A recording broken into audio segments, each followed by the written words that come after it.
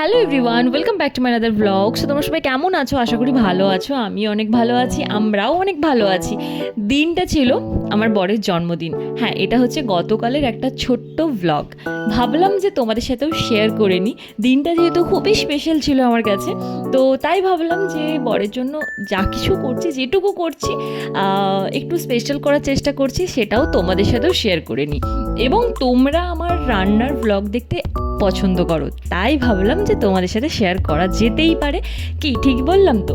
তো চলো, ব্লগটা স্টার্ট করেছি মোটামুটি সকাল থেকেই বলতে পারো। সকালবেলায় ঘুম থেকে ওঠে মোটামুটি আমার বড়ি চা বানিয়ে নিয়েছে, ওটা ওরই ডিউটি। তো সেটা আমার জন্মদিন হোক আর ওর জন্মদিন হোক বা নর্মাল ডে হোক, চাটা ওই ভালো বানায়।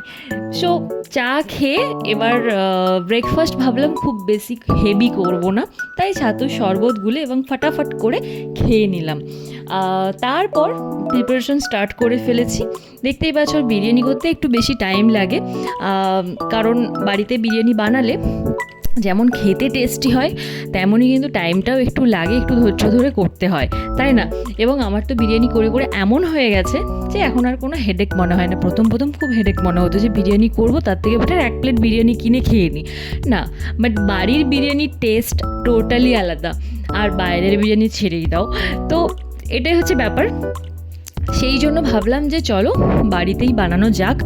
আর এখানে মোটামুটি দেখো, পেঁয়াজ কেটে পেঁয়াজ বেরেস্তা করে নিয়েছি এবং কড়াইয়ের মধ্যে কিছুটা পেঁয়াজ রেখে তার মধ্যে জল দিয়ে আলুগুলোকে সিদ্ধ করে নিয়েছি। ঠিক আছে, তারপর আলুগুলোকে তুলে নিয়ে চিকেনগুলো যেটা ম্যারিনেট করে রেখেছিলাম সেটা ওটার মধ্যে দিয়ে দিলাম এবং ভালো করে চিকেনটাকে বয়েল করে নেবো 80%। ওকে, আর চিকেনের মধ্যে আদা রসুন পেস্ট, তার সাথে নুন, হলুদ এবং জিরে গুঁড়ো দিয়ে দেবো। চলো, চালটাকে সেদ্ধ করার জন্য জল বসিয়ে দিয়েছি, তার সাথে গোটা গরম মশলা, তার মধ্যে তেল, নুন পরিমাণ মতো দিয়ে দিতে হবে এবং চালটাকে 70 to 80% ভালো করে কুক করে নিতে হবে। আচ্ছা, এরপর আমি একটা দুধের মিশ্রণ বানালাম, তোমরা দেখতেই পেলে। দুধ, কেশর, মিঠা আতর, গোলাপ জল, কেওড়া জল দিয়ে একটা মিশ্রণ রেডি করে রাখলাম এবং হাঁড়িটা নিয়ে নিয়েছি। হাঁড়ির মধ্যে আমি কতগুলো তেজপাতা নিয়েছি, তার কারণ হচ্ছে হাঁড়ির তলাতে যাতে লেগে না যায় বা ধরে না যায়, সেই জন্য, যেহেতু 1 ঘন্টা দম দেওয়া হবে, তার জন্য কতগুলো তেজপাতা নিয়ে ভালো করে হাঁড়ির পুরো তলাটাতে দিয়ে দিয়েছি, বিছিয়ে দিয়েছি বলতে পারো, এবং তার উপর দিয়ে তেল দিয়ে দিয়েছি। তারপর আমি চিকেনের গ্রেভি, তার উপর দিয়ে টক দই দিয়ে দিলাম। তারপর ভাতগুলো, মানে যেগুলো সেদ্ধ করে রেখেছি চালটা, সেটা দিয়ে দিলাম। তার ওপর এবার যেমন খুশি করে সাজিয়ে নাও, বেরেস্তা, আলু, বিরিয়ানি মশলা, তারপরে দুধের মিশ্রণ, সব কিছু দিয়ে সুন্দর করে 2-3টে লেয়ার বানিয়ে নাও, যেভাবে আমি বানিয়েছি দেখতেই পাচ্ছ তোমরা। এই ছিল বিরিয়ানি বানানোর রেসিপি। এখন বিরিয়ানি বানাতে বেশ মজাই লাগে। কথায় আছে না, যে জিনিসটা আমরা সহজেই করতে পারি সেটাই মজা লাগে, মজার ছলে সেটা আমরা করতে থাকি। আর যে জিনিসটা আমাদের কঠিন লাগে সেটাই আমাদের মনে হয় খুব ভয় লাগে, পারি না, এরকম একটা ব্যাপার হয়। তো এরকমই ব্যাপার। প্রথম বিরিয়ানি করতে, যখন মায়ের সাথে বিরিয়ানি করতাম বাড়িতে বিষ্ণুপুরে, তখন কিন্তু বিরিয়ানি করতে খুব ভয় লাগতো, আমারও ভয় লাগতো, মায়েরও ভয় লাগতো, কারণ এতটা পরিমাণে হতো।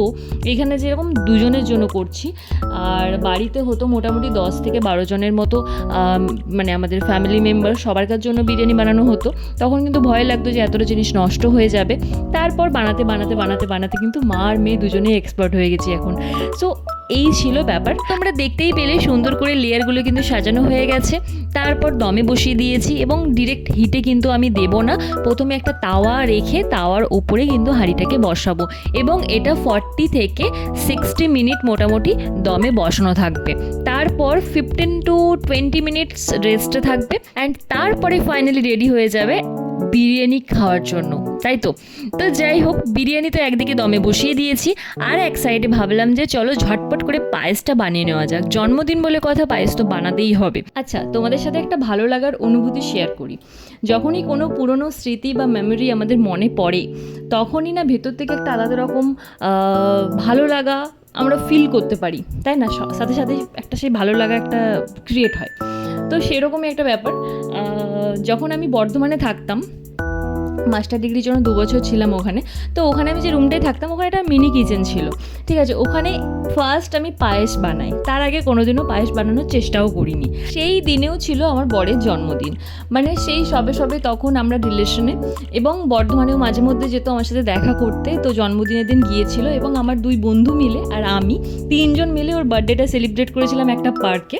তো মনে পড়ে গেল আর কি, তাই ভাবলাম তোমাদের সাথে শেয়ার করি। যাই হোক, ব্লগটা কেমন লাগলো সেটা জানিও অবশ্যই।